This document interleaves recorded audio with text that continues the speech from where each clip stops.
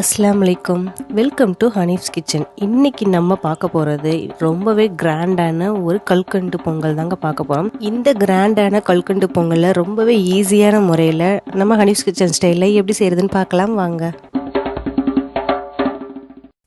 இதுக்கு நான் ஃபஸ்ட்டு ஒரு கப்பு பொன்னி பச்சரிசி எடுத்திருக்கேங்க. அதே கப்லேயே அளவு 1.5 கப்பு கல்கண்டு எடுத்திருக்கேன். நீங்கள் இந்த மாதிரி கட்டியான கல்கண்டு எடுத்துக்கலாம், இல்லை பொடிசான கல்கண்டு எடுத்துக்கலாம். அதுக்கப்புறம் நம்ம ஃப்ரை பண்ணுறதுக்கு ஏலக்காய் ஒரு 3 எடுத்திருக்கேங்க. இந்த உரலில் போட்டு நம்ம தட்டி பவுடர் பண்ணி அதை சேர்த்துக்கலாம். அதுக்கப்புறம் முந்திரி திராட்சை எடுத்திருக்கேன். அதுக்கப்புறம் 2 கப்பு பால் எடுத்திருக்கேங்க.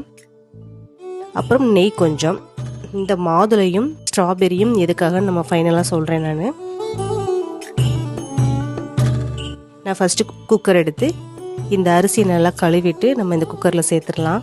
1 கப்பு ரைஸுக்கு நம்ம 3 மடங்கு தண்ணி ஊற்றணுங்க. அந்த 3 மடங்கில் நாம் இப்போ 2 மடங்கு பால் சேர்த்துக்க போகிறோம். ஸோ 2 கப்பு பால் 1 கப்பு தண்ணி சேர்த்துக்கலாம். சேர்த்து குக்கரை மூடி வச்சிடலாம். மூடி வச்சுட்டு அடுப்பை ஆன் பண்ணி குக்கரை வச்சு ஒரு 3 விசில் வச்சிடலாங்க.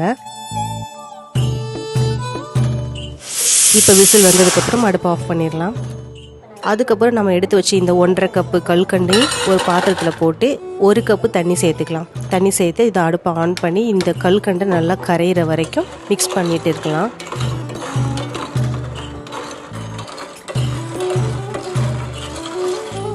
இப்போ கல்கண்டு நல்லாவே கரைஞ்சிருச்சு. இப்போ அடுப்பை ஆஃப் பண்ணிடலாங்க. இப்போ குக்கரில் விசில் அடங்கிடுச்சு. இந்த சாதம் நல்லாவே வெந்திருக்குது. இதை நம்ம கொஞ்சம் லைட்டாக கரண்டி வச்சு மசிச்சு விட்டுறலாம். மசிக்கும் போது இன்னுமே நல்லா குலைவாயிடும்.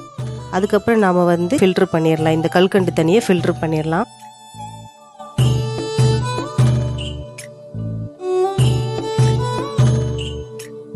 ஃபில்டர் பண்ணி நல்லா மிக்ஸ் பண்ணிடலாம். மிக்ஸ் பண்ணிவிட்டு நான் அடுப்பை ஆன் பண்ணி இந்த குக்கரை வச்சு இந்த எடுத்து வச்ச ஏலக்காவை நல்லா பொடிச்சு இதோட சேர்த்துக்கிறேன். சேர்த்து நல்லா மிக்ஸ் பண்ணி ஒரு 2 நிமிஷம் மட்டும் நம்ம அடுப்பில் வச்சு கிளறலாம்.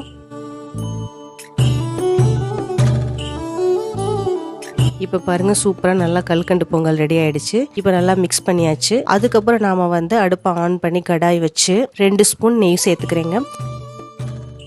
நெய் சேர்த்து இந்த நெய் நல்லா காஞ்சதுக்கு அப்புறம் நான் முந்திரி பருப்பை போட்டு இந்த முந்திரி பருப்போட கலர் கொஞ்சம் சேஞ்ச் ஆகுற வரைக்கும் நம்ம வறுத்துக்கலாம். அதுக்கப்புறம் அதோடையே சேர்த்து இந்த காஞ்ச திராட்சையும் போட்டு நல்லா மிக்ஸ் பண்ணி 2ஐயும் சேர்த்து நல்லா வறுத்து எடுத்துடலாங்க. இப்போ நல்லாவே பொரிஞ்சிச்சு. இப்போ நம்ம அடுப்பை ஆஃப் பண்ணிவிட்டு இந்த கல்கண்டு பொங்கலோட இந்த வறுத்தெடுத்த முந்திரி பருப்பு எல்லாத்தையும் நெய் எல்லாத்தையும் இதோடய சேர்த்துடலாம். சேர்த்து நல்லா மிக்ஸ் பண்ணிடலாம்.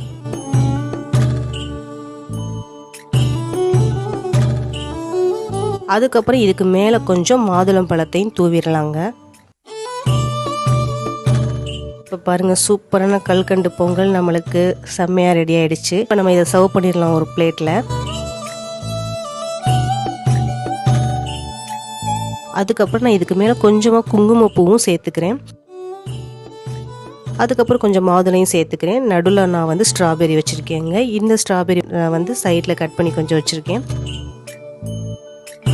இப்போ நம்மளுக்கு சூப்பரான கிராண்டான கல்கண்டு பொங்கல் ரெடி ஆகிடுச்சு. இப்போ நம்ம இதை டேஸ்ட் பண்ணி பார்க்கலாம். இது ரொம்பவே நல்ல ஒரு ரிச்சான டேஸ்ட்டில் இருக்குது. பார்க்குறதுக்கு ரொம்ப கிராண்டாக இருக்குது. சாப்பிட்றதுக்குமே ரொம்ப ரிச்சாக இருக்குது. நம்ம குங்குமப்பூலாம் சேர்த்துருக்கிறதுனால நீங்கள் சாப்பிடும் போதே அந்த ஃப்ளேவர் சூப்பராக இருக்குது. அதுக்கப்புறம் நீங்கள் சாப்பிடும் போது அந்த மாதுளை பழமும் நம்ம தூவி இருக்கிறதுனால அந்த கல்கண்டு பொங்கலையும் அவ்வளோ டேஸ்ட்டாக இருக்குதுங்க. ஸோ நீங்கள் கண்டிப்பாக இந்த கிராண்டான கல்கண்டு பொங்கலை ட்ரை பண்ணி பாருங்கள். ட்ரை பண்ணி பார்த்து எப்படி இருந்துச்சு நம்ம கமெண்ட் பாக்ஸில் உங்களுக்கு ட்ராப் பண்ணுங்கள். அப்படி நம்ம சேனலை சப்ஸ்கிரைப் பண்ணிட்டு சப்ஸ்கிரைப் பண்ணுங்க. பக்கத்தில் இருக்க பெல் ஐகானையும் கிளிக் பண்ணிடுங்க. அதோட நம்ம வீடியோஸ் எல்லாத்தையும் பார்த்து என்ஜாய் பண்ணுங்கள். தேங்க்யூ.